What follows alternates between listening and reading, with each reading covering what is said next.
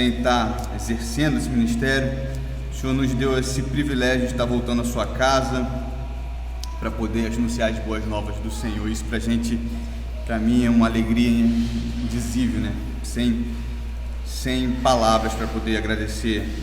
Voltando a essa igreja, né? Essa casa maravilhosa que o Senhor tem nos abençoado, com irmãos que tem nos dado suporte. Muita gratidão a todos, principalmente ao conselho dessa igreja, reverendo Oreb, e a todos vocês. Sem delongas, queria pedir os irmãos para abrirem as vossas Bíblias no livro do profeta Ageu. A gente vai ler o capítulo 1 inteiro. Foi até bom aqui o presbítero Rodrigo ter lido 2 de Reis, né? Capítulo 25, que dá um pano de fundo aqui da queda do reino de Judá para a Babilônia. Isso vai ser muito importante aqui quando a gente expor o livro de Ageu, o primeiro capítulo, que é um pano de fundo muito pertinente e importante para a gente ter um entendimento do texto. Ageu 1, a gente vai ler o capítulo 1 inteiro. Diz assim a palavra de Deus: no 2º ano do rei Dário, no 6º mês, no 1º dia do mês, veio a palavra do Senhor por intermédio do profeta Ageu a Zorobabel, filho de Salatiel, governador de Judá, e a Josué, filho de Josadaque, o sumo sacerdote, dizendo: assim fala o Senhor dos exércitos, este povo diz, não veio ainda o tempo em que a casa do Senhor deve ser edificada. Veio, pois, a palavra do Senhor por intermédio do profeta Ageu, dizendo: acaso é tempo de habitardes vós em casas apaineladas, enquanto esta casa permanece em ruínas? Ora, pois assim diz o Senhor dos exércitos: considerai o vosso passado. Tendes semeado muito e recolhido pouco, comeis, mas não chega a fartar-vos, bebeis, mas não dá para saciar-vos, vesti-vos, mas ninguém se aquece. E o que recebe o salário, recebe-o para pô-lo num saquetel furado. Assim diz o Senhor dos exércitos: considerai o vosso passado. Subi ao monte, trazei madeira e edificai a casa, dela me agradarei e serei glorificado, diz o Senhor. Esperastes o muito, e eis que veio a ser pouco. E esse pouco, quando o trouxeste para casa, eu com um assopro dissipei. Por que, diz o Senhor dos exércitos? Por causa da minha casa, que permanece em ruínas, ao passo que cada um de vós corre por causa da sua própria casa. Por isso, os céus sobre vós retêm o seu orvalho, e a terra os seus frutos. Fiz vir a seca sobre a terra, sobre os montes, sobre o cereal, sobre o vinho, sobre o azeite, sobre o que a terra produz, como também sobre os homens, sobre os animais e sobre todo o trabalho das mãos. Então, Zorobabel, filho de Salatiel, e Josué, filho de Josadaque, o sumo sacerdote, e todo o resto do povo atenderam à voz do Senhor, seu Deus, e às palavras do profeta Ageu, as quais o Senhor, seu Deus, o tinha mandado dizer, e o povo temeu diante do Senhor. Então, Ageu, enviado do Senhor, falou ao povo, segundo a mensagem do Senhor, dizendo: eu sou convosco, diz o Senhor. O Senhor despertou o espírito de Zorobabel, filho de Salatiel, governador de Judá, e o espírito de Josué, filho de Josadaque, o sumo sacerdote, e o espírito do resto de todo o povo. Eles vieram e se puseram ao trabalho na casa do Senhor dos exércitos, seu Deus, ao 24º dia do 6º mês. Vamos orar? Senhor, nosso Deus, nosso Pai, diante do Senhor nós te pedimos, ó Pai, encarecidamente, que o Teu Santo Espírito venha até nós, Pai, que Ele possa falar aos nossos corações, que Ele possa nos convencer do nosso pecado, que Ele possa nos encorajar a prosseguir nesta caminhada, ó Deus. Te pedimos assim, ó Pai, por toda a Sua santa e amada igreja.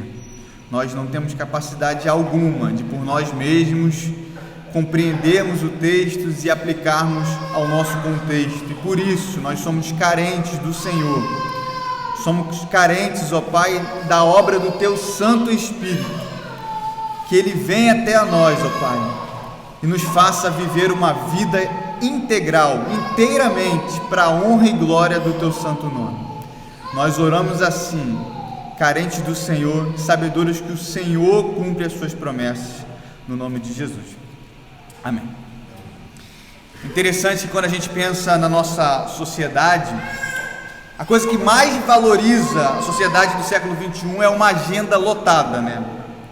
Estar atarefado passou a ser um sinal de ostentação. Você quer ostentar, você mostra a sua agenda e seus afazeres durante a sua semana, que vai ser interessante que muitas pessoas vão ficar invejando a sua agenda. Não ter tempo para nada é exaltado como uma grande riqueza contemporânea.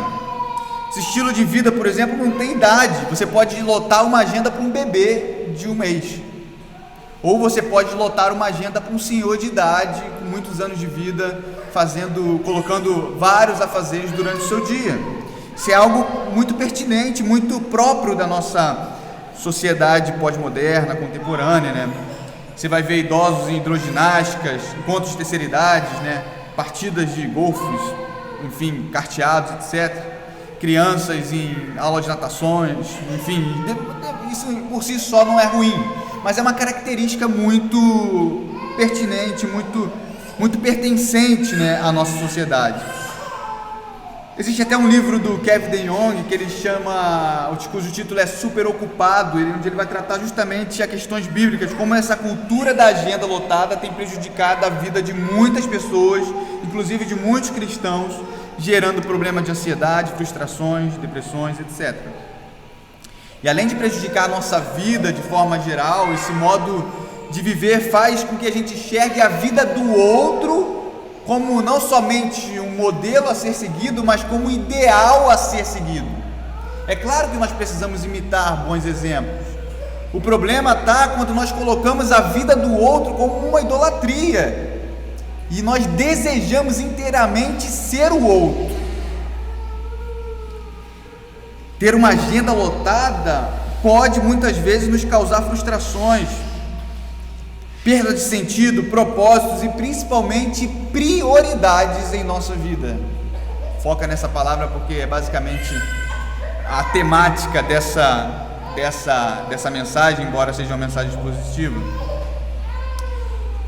A gente entra no estilo de vida do mundo e não importa, na verdade, o que importa no sentido mundano de se enxergar é o que eu tenho, o quanto eu tenho, onde a minha casa está situada, quantos dormitórios tem lá, se ela possui suíte, piscina, está numa região de serra ou numa região de praia, quanto que a minha conta corrente diz e quanto que ela tem, quantas viagens eu fiz para fora do país, né?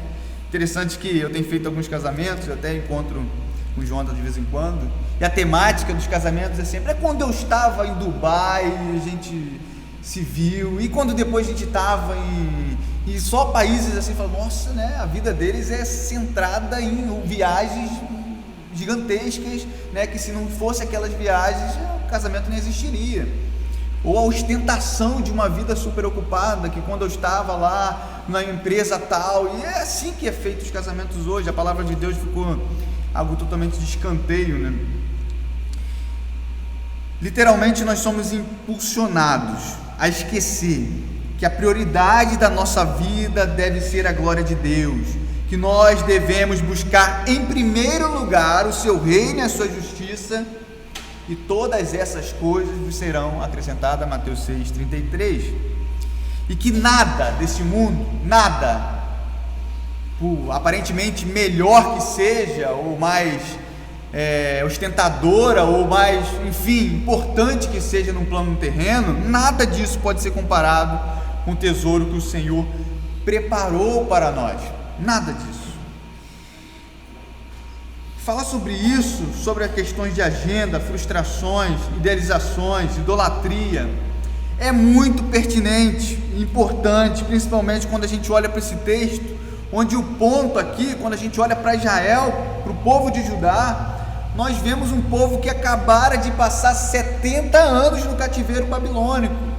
Mais uma vez, o presbítero Rodrigo leu aqui, segundo livro de Reis, capítulo 25, que mostra o contexto da queda do povo de Judá para Nabucodonosor, na figura do Império Babilônico.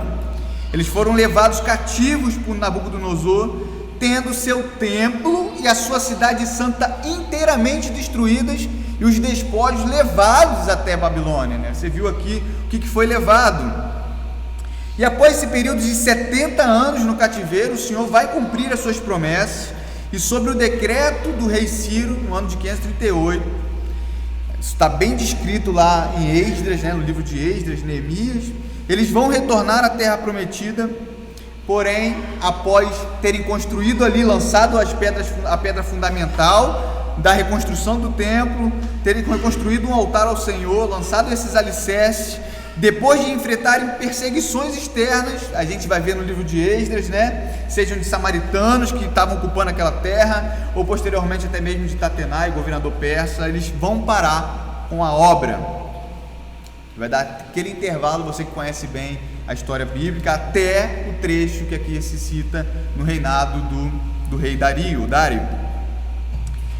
Foram atingidos nesse momento por causa das perseguições, por causa de todas as intercorrências, ou por causa mesmo de outros motivos que a gente vai citar, pela preguiça, pela preocupação com seus próprios afazeres, com a perda de sentido e com a perda de prioridade, tendo retornado essa obra apenas após a profecia de Ageu e Zacarias. A grande questão desse texto é que o povo, ele tinha sido autorizado a retornar com o propósito de reconstruir o templo para adoração ao seu Deus, ao Deus de Israel. Porém, essa expectativa pelo retorno à terra prometida, por adorar ao Deus Yahvé, não era mais algo intrínseco ao povo já exilado, né? A gente sabe que muitos daqueles que foram até a Babilônia não mais retornaram. Contraíram para si casamentos mistos, formaram famílias na Babilônia e não mais retornaram. Alguns foram os que retornaram, e quem retornou, não retornou com o intuito para o qual havia sido designado, que era a reconstrução do templo. Só você abrir comigo no livro de Esdras, no decreto do rei Ciro, o primeiro decreto ali, quando eles retornam ao povo, a terra prometida, a Canaã, a Judá, melhor dizendo aqui, não cometendo nenhum tipo de anacronismo, né? Olha aí no primeiro capítulo do livro de Esdras. No primeiro ano de Ciro, rei da Pérsia, para que se cumprisse a palavra do Senhor por boca de Jeremias, né? Despertou o Senhor o espírito de Ciro, rei da Pérsia, o qual fez passar pregão por todo o seu reino, como também por escrito, dizendo: assim diz Ciro, rei da Pérsia: o Senhor, Deus dos céus, me deu todos os reinos da terra e me encarregou-lhe de edificar uma casa em Jerusalém, Judá. Quem dentre vós é todo o seu povo, seja seu Deus com ele, e suba a Jerusalém de Judá e edifique a casa do Senhor, Deus de Israel. Ele é o Deus que habita em Jerusalém. Todo aquele que restar em alguns lugares em que habita, os homens desse lugar o ajudarão com prata, ouro, bens e gado, afora as dádivas voluntárias para a casa de Deus, a qual está em Jerusalém. Então se levantaram os cabeças de família de Judá e de Benjamim, e os sacerdotes, os levitas, com todos aqueles que o Espírito de Deus despertou, para subirem a edificar a casa do Senhor, a qual está em Jerusalém. Todos os que habitavam nos arredores os ajudaram com objetos de prata, de ouro, bens, gados, coisas preciosas, afora tudo que voluntariamente se deu. Também o rei Ciro tirou os utensílios da casa do Senhor, aqueles que foram lidos aqui, né? Os quais Nabucodonosor tinha trazido de Jerusalém e que tinha posto na casa de seus deuses. Tirou os Ciro, rei da Pérsia, sob a direção do tesoureiro Mitredate, que os entregou contados a Sesbazar, príncipe de Judá. Eis o número dele, 30 bacias de ouro, e aqui vai citar todas as coisas que foram levadas de volta a Jerusalém. Mas o foco principal é mostrar aqui que o propósito para o qual eles foram destinados no seu retorno à terra prometida, a Jerusalém, era justamente a reconstrução do templo e a adoração ao Deus Yahvé. E essa questão, né, que eles voltam e na primeira oportunidade desistem de fazer aquilo para o qual tinham sido destinados, para ocuparem-se com questões pessoais. Eles mudam o foco, perdem o propósito e passam a querer ocupar-se com questões pessoais. E é importante a gente frisar aqui que o problema não é o fato deles quererem construir casa para si. Esse não é o problema em si. O problema é eles fazerem isso enquanto a casa de Deus não havia sido edificada. Era uma questão de prioridades, era uma questão de propósitos. A casa de Deus ainda não havia sido edificada, então não era ainda tempo deles se ocuparem e apanelarem as suas casas, ou enfeitarem, ou tornarem suas casas luxuosas. Aquele não era o tempo. Pense comigo que a questão em si não é você ter a casa ou não, ou enfeitar a sua casa ou não, ou ajeitar a sua casa não, mas em que tempo isso está sendo realizado. E é justamente nesse contexto, que a profecia de Ageu vai ser direcionada a Zorobabel, governador de Judá, e a Josué, sumo sacerdote. Aqui você vê dois segmentos do povo judeu, um segmento do povo como sociedade, como nação, e aqui é na figura do governador de Judá, Zorobabel, e a figura religiosa, de Josué, o sumo sacerdote. Você tem aqui no versículo 1 uma exortação primária, à liderança daquele povo, no segundo ano do rei Dário, sexto mês, no primeiro dia do mês, veio a palavra do Senhor por intermédio do profeta Ageu a Zorobabel, filho de Salatiel, governador de Judá, e a Josué, filho de Josadac, o sumo sacerdote, dizendo, ou seja, a palavra foi direcionada aos líderes daquele povo, Eles não poderiam, como líderes, não deixar aquilo ocorrer passando batido diante dos seus olhos. Eles eram responsáveis diretos pelo direcionamento daquele povo. Tanto Judá como nação, como povo de Deus, eram responsáveis por desobedecerem a Deus. A figura da liderança está bem expressa aqui, está bem colocada nesse ponto. No versículo 2, uma outra questão que chama muita atenção é quando a profecia vem e fala, assim fala o Senhor dos Exércitos, este povo diz, não veio ainda o tempo em que a casa do Senhor deve ser edificada. Se você lê de forma bem panorâmica, você perde um pouco a concepção do autor bíblico quando ele dita este povo. Gente, é Deus que está falando, e Deus fala este povo, apontando para o povo. Se você perceber, na figura em quando Deus está perdoando os pecados do seu povo, trazendo o povo de volta para si, ele sempre usa a expressão o meu povo, e não este povo. Estava bem zangado com essa galera aqui que estava fazendo totalmente o contrário àquilo pelo qual era a necessidade real da sua chegada em Jerusalém. É uma expressão negativa, este povo. Já mostra essa insatisfação de Deus em relação às suas obras. E este povo diz, ainda não veio o tempo, Veja mais uma vez que o problema não estava relacionado ao simples fazer, mas ao quando fazer. Ao quando fazer. Para eles, para este povo, aquela ainda não era a hora de se ocuparem com isso, com a obra do templo.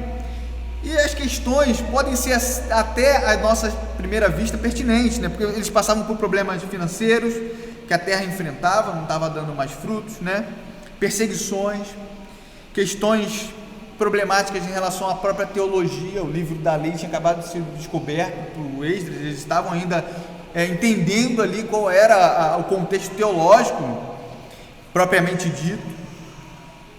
Pode ser até motivos aparentemente justos, mas o Senhor repreende essas desculpas, repreende a preguiça e a falta de confiança nele.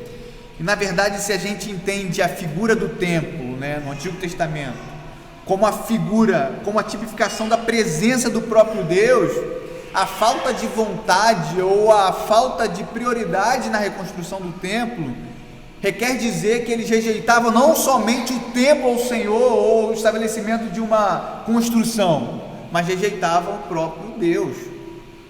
Rejeitar aqui tornar como algo não prioritário a reconstrução do templo era tornar não prioritário a comunhão com Deus vivo, era rejeitar o Deus vivo, era rejeitar a presença de Deus. Demonstrava uma falta profunda do desejo daqueles pela presença especial de Deus. E é muito ruim quando a gente negligencia o nosso dever. É algo grave, é um pecado grave. Porém, é ainda pior quando a gente negligencia o nosso dever e coloca a culpa na providência de Deus. Sabe como é que é, né? Eu não reconstruí o templo porque as circunstâncias não foram favoráveis para que isso acontecesse.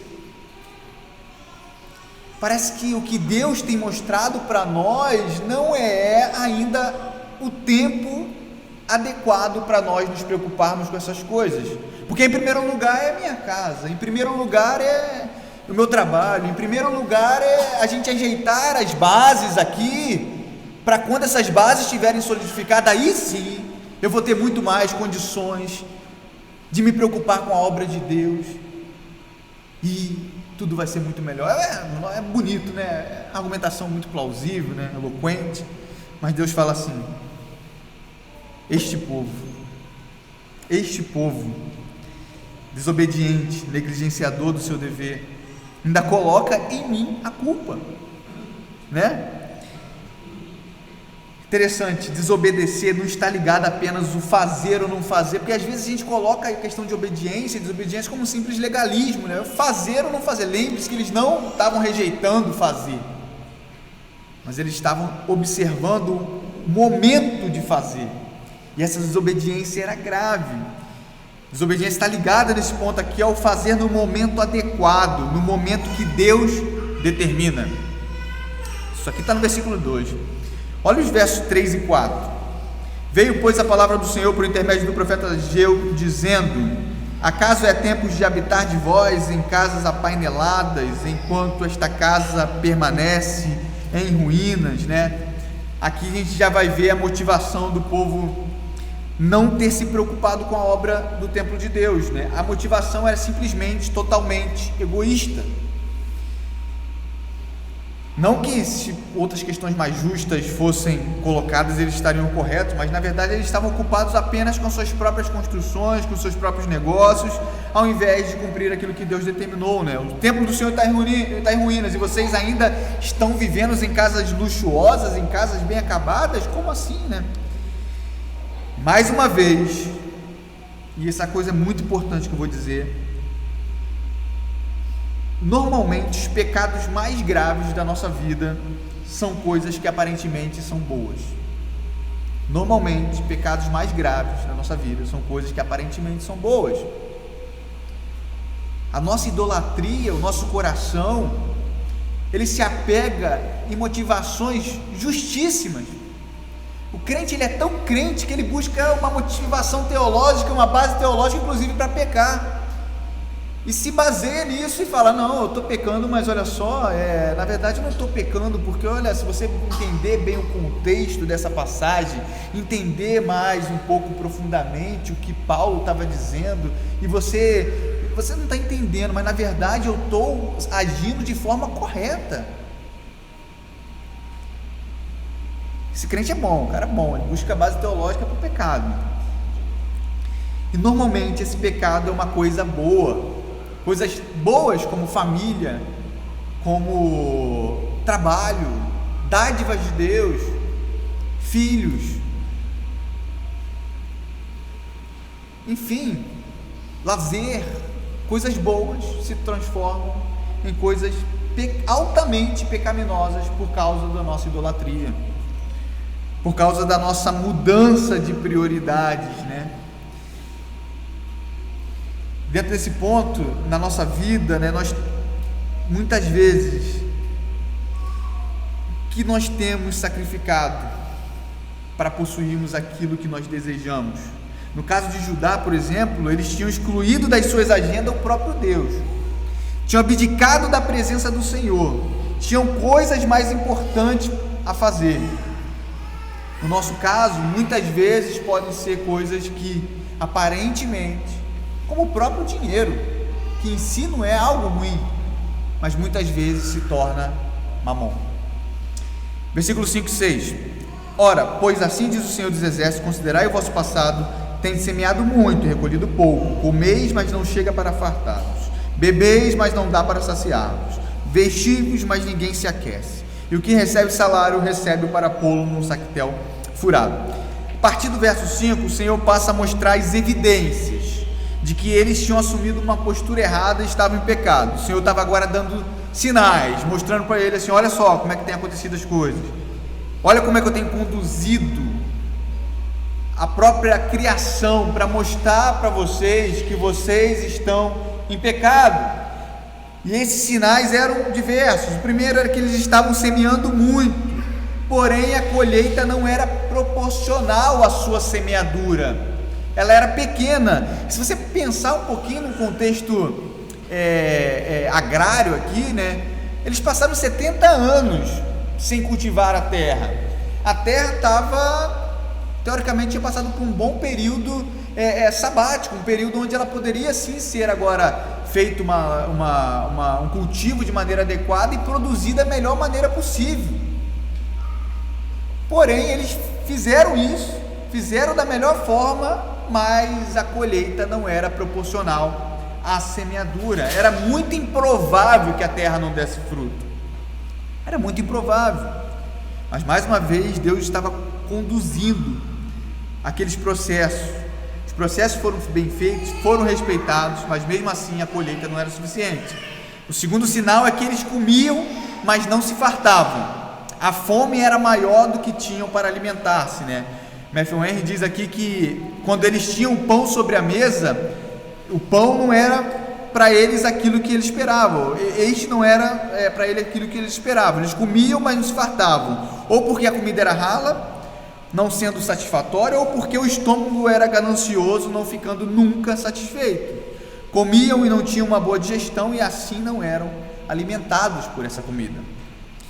E quando a gente pensa no nosso contexto diário, a gente não entende que até mesmo o alimento que a gente come precisa da mão de Deus para que os nutrientes desse alimento se transformem em força e vigor para a nossa vida. Quantas pessoas que se alimentam adequadamente, que comem adequadamente, fazem boas dietas, exercício físico regular, e são acometidas de doenças. Talvez até quando vai fazer um exame de sangue vai ver algum problema dentro da sua questão alimentar, né? Você não tem, mas como assim? Deus que controla cada processo, cada célula do seu corpo, cada nutriente elevado, cada proteína. E a gente, quando come, às vezes esquece disso, né? Acha que é só comer e pronto, está tudo certo. Esquece que Deus controla cada ação da nossa vida, cada ação. Nesse ponto aqui, era a mesma coisa. Eles tinham comida, mas a comida parecia ser rala, parecia não dar para eles a saciez, né? A satisfação, o vigor físico para viver. Terceiro sinal, que eles bebiam, mas o vinho nunca era suficiente para alegrar-se, né? E se você sabe muito bem de contexto judaico, você vai entender que retirar o vinho do povo é retirar a própria alegria do povo. É como se a presença de Deus não estivesse mais perante eles, né? Joel 1:5, quando o profeta fala: acordem bêbados e chorem, lamentos todos vocês, bebedores de vinho, gritem por causa do vinho novo, pois ele foi tirado dos seus lábios. Isaías 5:10, uma vinha de 10 alqueires só produzirá um pote de vinho, um barril de semente só dará uma arroba de trigo. Ai dos que levantam cedo para embebedar-se e se esquentam com o vinho até a noite. O vinho havia sido retirado do povo como um juízo de Deus. Eles bebiam, mas não se alegravam, né? Quarto sinal, eles se vestiam, mas passavam frio. Suas vestes não eram suficientes para aquecer os seus corpos, bem diferente do que o Senhor Jesus diz no Sermão do Monte, por exemplo, né? Onde nós devemos nos preocupar, não devemos nos preocupar com o que nós temos de comer, ou de beber, ou de vestir, porque o Senhor veste os lírios dos campos e alimenta os passarinhos. Por que Ele faz isso com esses que não fazem nada para obter esses vestes, esse alimento não fará conosco? Será que a nossa vida vale menos do que destes? E no contexto aqui do povo de Judá, o juízo era que Eles tinham roupas, mas passavam frio, tinham vestes, mas não aqueciam seus corpos. E por último ainda, os seus salários pareciam estar em um bolso furado, salário que não rendiam, ou não administravam bem o que ganhavam, ou não era suficiente para viver, suas economias iam embora. Matthew Henry diz mais uma vez, comentando esse texto, que aqueles que juntam tesouro na terra, colocam esse tesouro em um saco furado, eles perdem ao caminhar, e os que vêm atrás o apanham. Mas se juntarmos o nosso tesouro no céu, conseguiremos para nós bolsas que jamais envelhecerão. Juntar tesouro na terra não é uma boa saída, já diria o nosso Senhor Jesus, né? E esse trecho vai nos mostrar claramente de que a corrida nem sempre é vencida pelo mais veloz. A vida nem sempre é vencida pelo mais forte. Esse trecho vai mostrar exatamente que nós não temos controle algum da nossa vida. Nenhum controle. Toda a nossa vida está diante de Deus, está diante dos seus desígnios, dos seus decretos, e toda a nossa vida está debaixo da sua jurisdição e do seu poder. Não há nada que nós possamos fazer ou deixar de fazer que vá fazer com que Deus haja em prol de nós. Isso não existe. É o Senhor que está no controle de todas as coisas. Você pode trabalhar um montão e mesmo assim o seu dinheiro não dá para nada. Você pode comer muito, ter um monte de coisa para comer e mesmo assim você passar por problemas de nutrientes no seu organismo. Você pode ter vestes e passar frio, você pode ter bebida e não ter alegria, porque é Deus que conduz todos esses processos. Não estamos no controle de nada. O fato de plantarmos não significa que teremos boa colheita. O fato de termos colhido não significa que teremos saúde com aquilo que comemos. O fato de termos bebidas e boas amizades não significa que teremos alegria. Podemos ter tudo isso, podemos ter muitas roupas, mas nenhuma delas serem suficientes, porque nós somos gananciosos. Ou até mesmo podemos ganhar muito bem, isso não significa que somos prósperos. Porque tudo depende do Senhor, tudo depende da sua ação, tudo depende da sua direção e do seu controle. Nada foge. Às vezes parece que as coisas vão dando certo e a gente acha que se eu fizer isso vai acontecer isso, se eu fizer aquilo vai dar. Não é nada disso. Não é nada disso. Não é nada disso, é o Senhor que planeja a nossa vida e é Ele que nos guia em todas as coisas. Versículos de 7 a 11.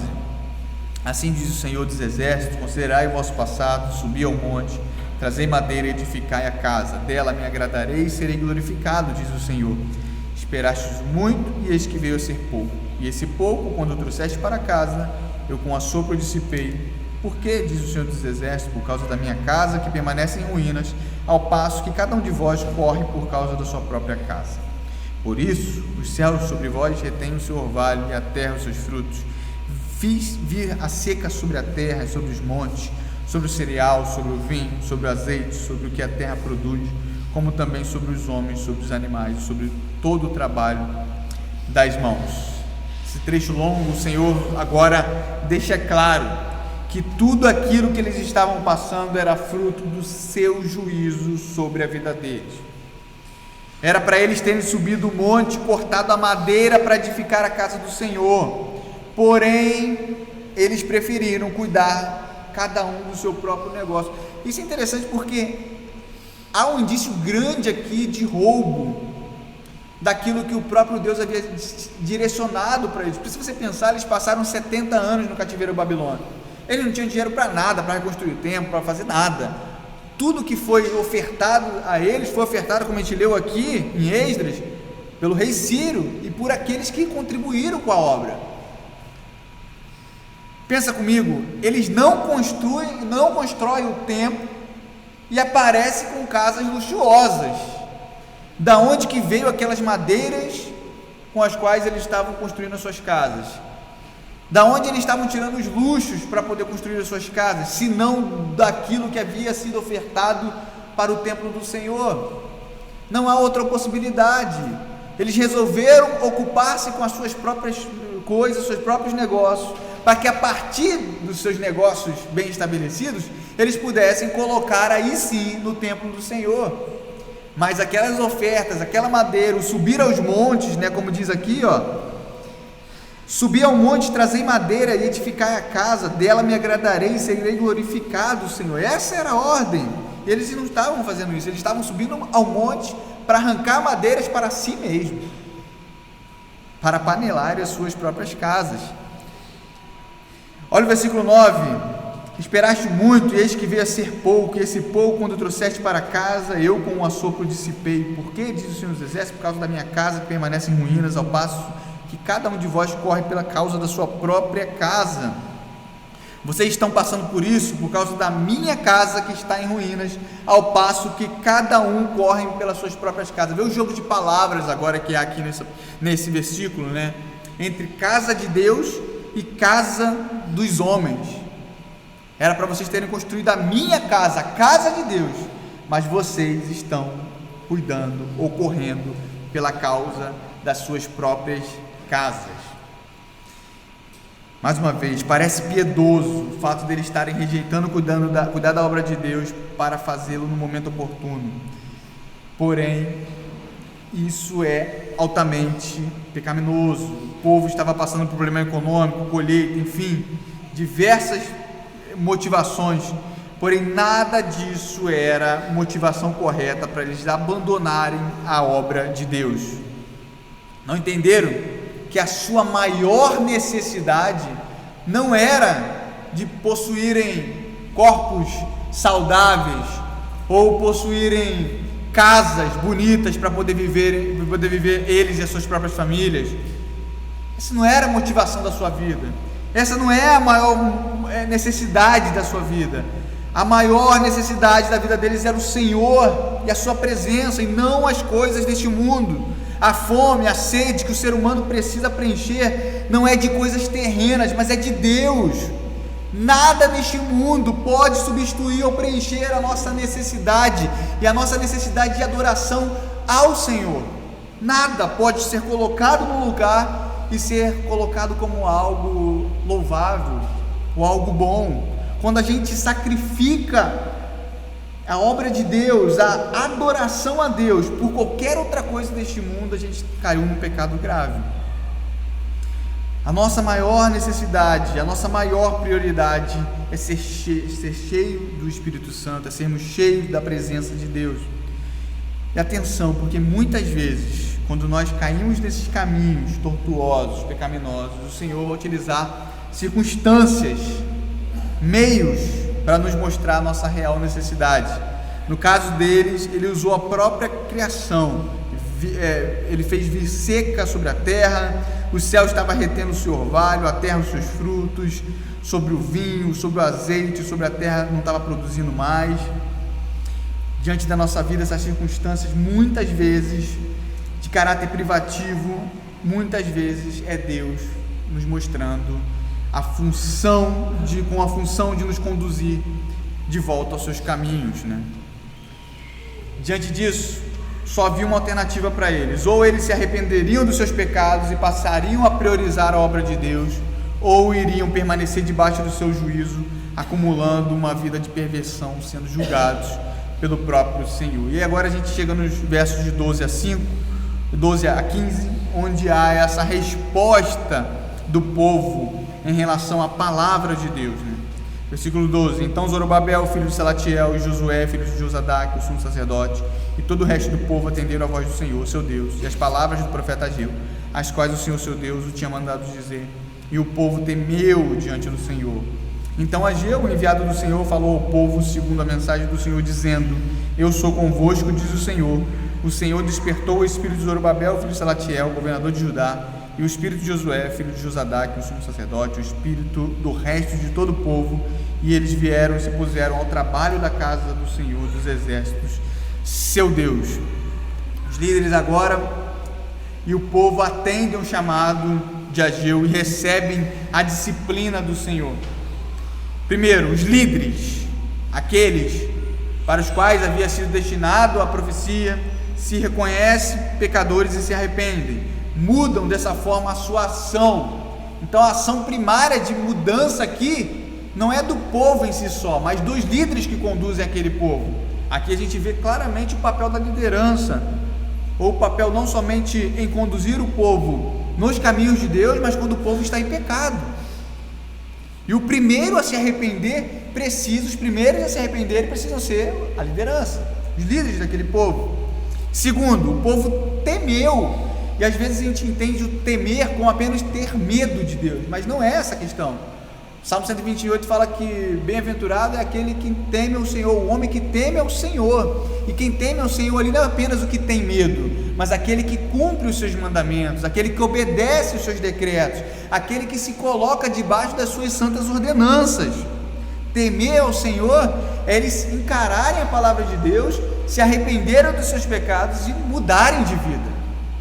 Esse é o homem que teme ao Senhor, não apenas aquele que tem medo do Senhor, mas aquele que se julga diante do Senhor, alguém totalmente incapaz para mudar a sua própria vida e se agarra em Deus, e se agarra nos seus caminhos. No versículo 13, quando ele fala, então Ageu, o enviado do Senhor, falou ao povo segundo a sua mensagem, segundo a mensagem do Senhor, dizendo, eu sou convosco, diz o Senhor. Agora Deus renova a aliança com o seu povo. Eu estou convosco. Vocês podem continuar essa obra, porque eu estou convosco. Vocês não precisam temer samaritanos, porque eu estou convosco. Vocês não precisam temer opositores, porque eu estou convosco. Vocês não precisam se ocupar com questões pessoais em primeiro plano, porque eu estou convosco. Você vê a questão de prioridade, como é que parece que quando eles mudam a prioridade, eles rejeitaram o fato que Deus o tempo todo esteve com eles. Quem havia usado o próprio rei Ciro foi o próprio Deus para levá-los de volta a Jerusalém. Rejeitar e mudar a prioridade aqui era rejeitar o fato de que Deus estava com eles. E ele renova a aliança com o seu povo. Ele não havia os abandonado, mas a sua disciplina, mais uma vez, serviria para trazê-los de volta ao caminho do Senhor. E no versículo 14, quando o Senhor desperta o espírito de Zorobabel, filho de Salatiel, governador de Judá, depois desperta o espírito de Josué, e depois desperta o espírito do restante de todo o povo, mostra, mais uma vez, que quando o povo se arrepende, o próprio Deus se incumbe de trazê-los de volta à sua presença. Como que ele faz isso? Despertando o espírito dos líderes e do povo. Se Deus não fizer isso, não adianta. E quando nós nos arrependemos, foi porque o próprio Deus já alcançou o nosso coração, através de quê? Da sua santa palavra, e nos conduz aos seus caminhos, e Ele nos desperta o Espírito. É um texto muito rico, é um texto muito amplo, um texto que diz muito para nós. Algumas questões importantes. Primeiro, que eu não quero comparar aqui jamais o templo no Antigo Testamento com as construções que nós temos aqui. Não é isso. Quem faz isso, e muita gente faz isso, faz de maneira ou porque é ignorante ou porque está agindo de má fé, né? A gente vê muitas canções que usam questões dessa, até do capítulo 2, quando vai falar da glória da segunda casa ser maior que da primeira, e distorce totalmente o texto. A gente não pode comparar essa construção com o templo no Antigo Testamento, não é isso. O templo representava a habitação de Deus, representava o próprio Cristo, a sua santa igreja, a união mística. E é no reunir do seu povo que o Espírito de Deus habita de forma especial. Então você está falando, mas que eu devo ser um ativista religioso? Não é isso também. O que eu estou falando é que eu estou dizendo aqui, a nossa obediência a Deus requer ser cheio do seu Espírito, mas ser cheio da presença e da comunhão dos santos, como foi dito aqui pelo presbítero Rodrigo. Rejeitar, por exemplo, o ajuntamento solene é simplesmente rejeitar a presença do próprio Deus. Ou, vamos mudar a palavra, não rejeitar, mas mudar a prioridade é simplesmente rejeitar o próprio Deus, porque às vezes a gente disfarça o pecado, às vezes a gente camufla o pecado, e a gente simplesmente muda uma ordem, e essa ordem já derrubou tudo.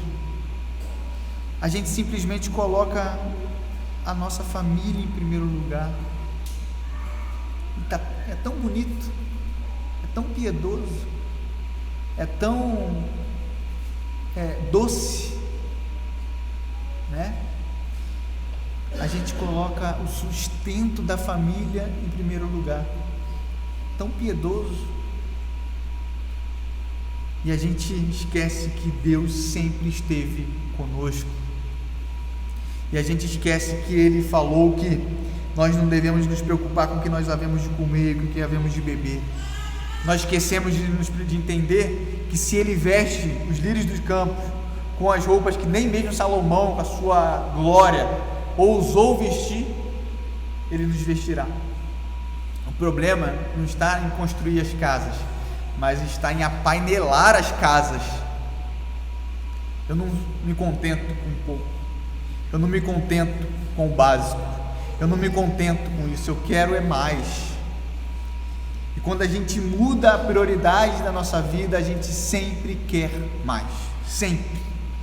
Não estou falando mais de Deus, estou falando mais de nós mesmos, mais dos luxos, mais dos prazeres dessa vida, mais das tentações, mais daquilo que enche o nosso ego, menos daquilo que nos humilha, daquilo que nos coloca debaixo da justiça de Deus e dos seus decretos, porque ser colocado debaixo da confiança de Deus é algo dificílimo. Você fala, tudo bem, eu vou confiar em Deus, e falando é muito simples, irmão, mas quando a situação aparece e você fala assim, eu só tenho a Deus para confiar, e a nossa fé é provada nesse ponto, e você é tentado a agir por si só e resolver pelos seus próprios meios, é que as coisas são realmente testadas, né?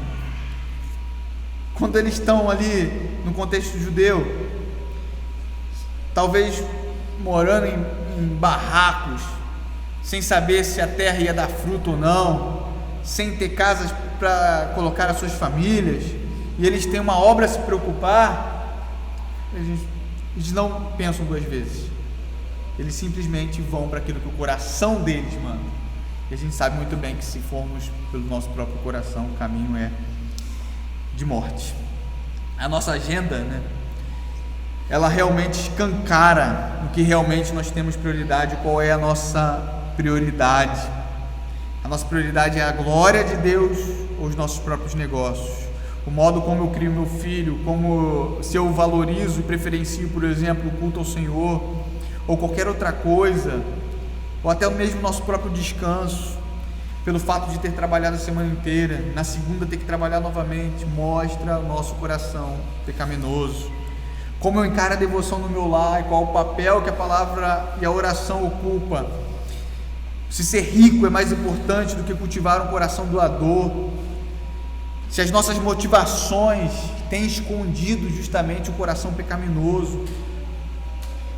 E mais uma vez, muitas vezes nós nos ocupamos muito mais com a nossa própria casa, e a casa que eu coloco num contexto bem amplo, com os nossos afazeres, do que com a limpeza e o cuidado do nosso coração, do que com a limpeza e o cuidado de tratar os nossos pecados, do que com a limpeza e o cuidado de viver uma vida longe do pecado e junto da presença do Senhor, como o presbítero Rodrigo falou. É impossível chegar aqui neste domingo com um coração cheio de pecados, com uma vida de segunda a sábado ímpia, pecaminosa, refletindo a desgraça, refletindo uma vida longe, à parte de Deus, e chegar no domingo simplesmente com a cara mais lavada e achar que está tudo certo, e cantar louvores ao Senhor, e participar do culto, e disciplinar o meu filho, e fazer qualquer coisa que é boa em si mesma, mas com o coração longe de Deus. Porque muitas vezes nós estamos preocupados muito mais com a nossa própria casa do que com a limpeza do nosso coração.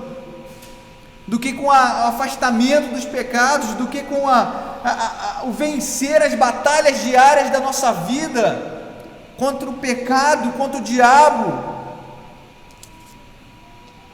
Se nós nos preocupássemos com a mesma intensidade que nós nos preocupamos com as nossas próprias coisas, em relação ao cuidado que o nosso coração precisa, com certeza nós estaríamos muito mais próximos de Deus, com certeza. Porque eu estava conversando isso com um amigo essa semana, e eu estava falando com ele sobre o culto doméstico, né? E falando um pouco sobre a experiência que eu estou tendo. Aí eu perguntei, como é que você está fazendo? Ele falou, realmente eu não tenho feito e tal. Aí eu falo para ele, você não faz porque isso não é importante para você. Porque se fosse verdadeiramente importante para você, você faria. Você pode até falar que é importante, você pode até saber de mente que é importante, mas quando você é colocado em xeque, em prova, diante da situação, é isso que vai mostrar realmente se algo é importante para você. Quando você tem uma oportunidade de emprego muito melhor, onde você vai abdicar do domingo do Senhor para poder dar talvez uma questão financeira muito mais agradável para a sua vida e para a sua família, é que vai realmente saber se o domingo do Senhor é importante para você. Quando você for colocado em xeque em relação a uma tentação, aí é que as coisas vão, não é a sua cabeça, não é a sua mente, não é o saber, mas é como que a minha vida demonstra toda essa a minha mente que programa, que sabe questões teológicas. Não é simplesmente como o que eu sei, mas é como eu vivo. É o que eu sei se transforma em que eu vivo, em como eu vivo. A gente não pode jamais desgarrar a fé de obras. Jamais. Tanto de um lado quanto para o outro, são atitudes pecaminosas, né? Em segundo lugar, que a teologia da prosperidade, ela nos impediu de compreender que o Senhor age de forma graciosa para com o seu povo fiel. Isso é interessante, porque com o advento da teologia da prosperidade, parece que a gente parou totalmente de falar que Deus abençoa o seu povo, inclusive financeiramente, porque se o dinheiro não vir dele, vem de quem? Eu não sei. A teologia da prosperidade nos impediu de entender que Deus nos abençoa, inclusive com bênçãos financeiras, com saúde, com trabalho, com boa família, com filhos, com uma igreja saudável, porque tudo isso é bênção do Senhor para aqueles que o amam e que obedecem os seus mandamentos. Aí eu não quero dizer, senão o cara vai cortar esse pedaço aqui, é perigoso. Não quero dizer que se você está passando por problemas financeiros é que você está em pecado. Não é isso que eu estou dizendo, pelo amor de Deus. O que eu estou dizendo é que o Senhor tem bênçãos para o seu povo, quando o seu povo é fiel, inclusive com questões financeiras. Quando o seu povo não é avarento, Deus é fiel ao seu povo, não no sentido de que Ele deve ao seu povo, mas porque Ele é fiel à sua própria palavra, e a palavra dele fala que Ele abençoa, Ele é galardoador, que Ele retribui com generosidade. Não estou falando que você vai ter 10 vezes mais, eu estou falando que tudo que você tem, inclusive quando você está passando por privações, é Deus te abençoando. Porque quando nós estamos passando por privações, a coisa que mais aparece são pessoas para nos amparar.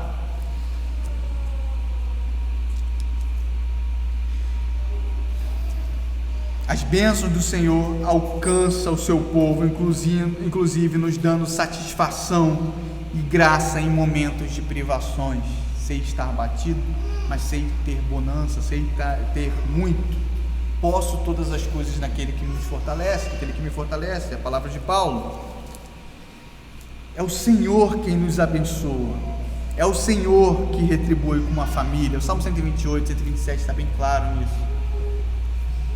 Em terceiro lugar, a grande questão para nós é realmente quem Deus é para nós. Quem Deus é? Ele é tudo que eu preciso ou Ele é apenas um meio para eu conseguir aquilo que eu quero? Ele é tudo que eu realmente tenho e a única coisa que eu posso me agarrar, ou ele é apenas um adereço para eu conseguir as minhas próprias vontades? No caso de Judá, ele era apenas um adereço ali que ele estava sendo utilizado para conseguir as suas próprias coisas.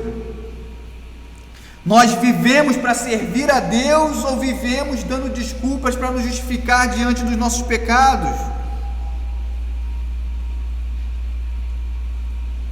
Quem Deus é verdadeiramente para nós?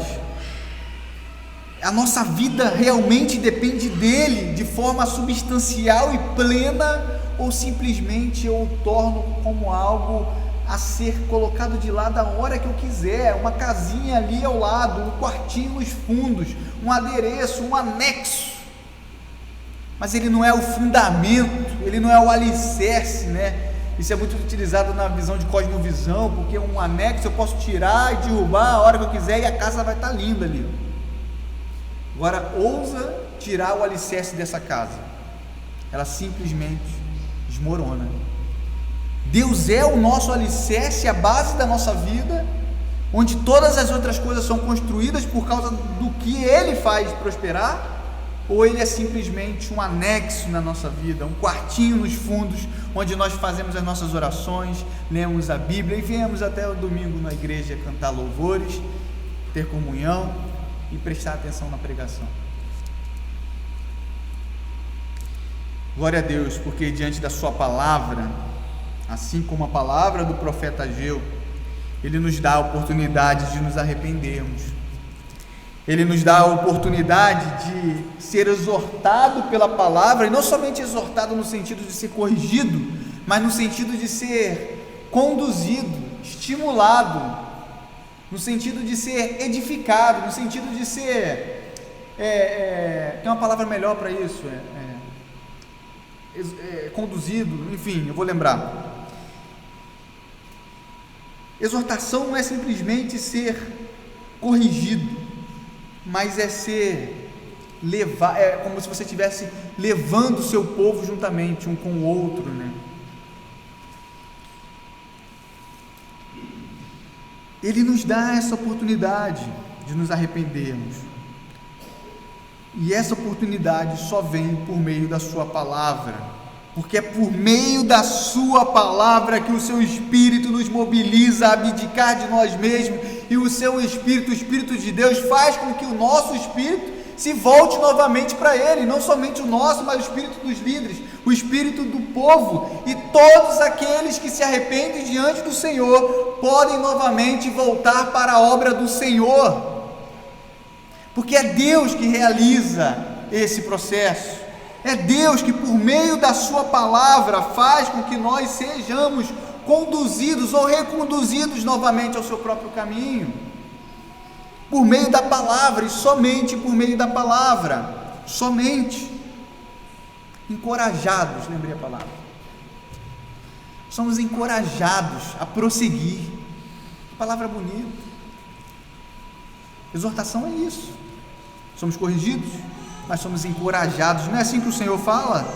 Não é assim que Ele falou no último verso aqui? Eu sou convosco, diz o Senhor despertou o espírito de Zorobabel, filho de Salatiel, governador de Judá, o espírito de Josué, filho de Josadaque, sumo sacerdote, e o espírito do restante de todo o povo. Eles vieram e se puseram ao trabalho na casa do Senhor dos exércitos, seu Deus. Há um encorajamento para eles prosseguirem naquela jornada. O povo temeu diante do Senhor. É um texto muito rico. Essa obra só pode ser recomeçada nas nossas vidas, mais uma vez, quando primeiro o povo teme ao Senhor, quando o povo crê na sua palavra, e quando Deus, e somente Deus, desperta o nosso espírito. Vamos orar? Senhor, nós te damos graças, ó Deus, te louvamos, porque a tua palavra é rica, poderosa e eficaz. Diante dela, Senhor Deus, eu sou o primeiro a me arrepender dos meus pecados. Eu sou o primeiro, ó Deus, a reconhecer que muitas vezes, ó Pai, mudei as prioridades para agradar a minha própria casa, para painelar as minhas próprias coisas, para enfeitar e tornar luxuosa a minha vida aqui nesta terra, ó Deus. Tenha misericórdia de mim. Tenha misericórdia da minha família, ó Deus. Tenha misericórdia da sua igreja, ó Pai.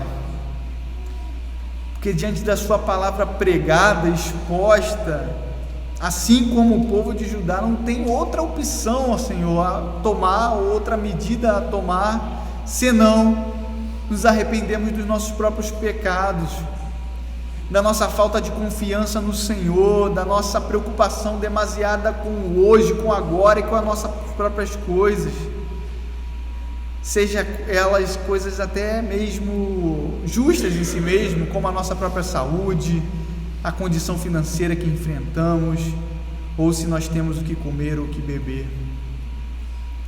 Que o nosso coração esteja livre, liberto das amarras que nos aprisionam este mundo, e que a nossa mente, que o nosso coração esteja focado e fincado, Senhor Deus, pela cruz de Cristo, onde a nossa esperança seja somente, ó Deus, somente estar com o Senhor e cheio da sua presença, seja aqui, já nesta vida, ou, Senhor Deus, aguardando ansiosamente pelo dia em que o Senhor nos levará para estarmos eternamente com o Senhor,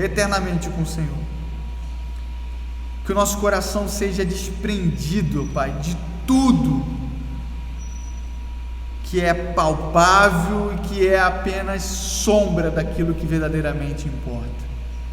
Que o Senhor transforme o nosso coração, transforme o coração dos líderes da sua igreja, transforme o coração da sua igreja, transforme o nosso coração para a honra e glória do teu santo nome, ó Pai.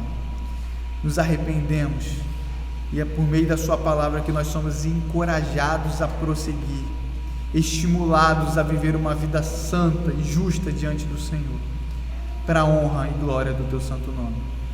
É no nome do nosso Senhor Jesus que oramos. Amém.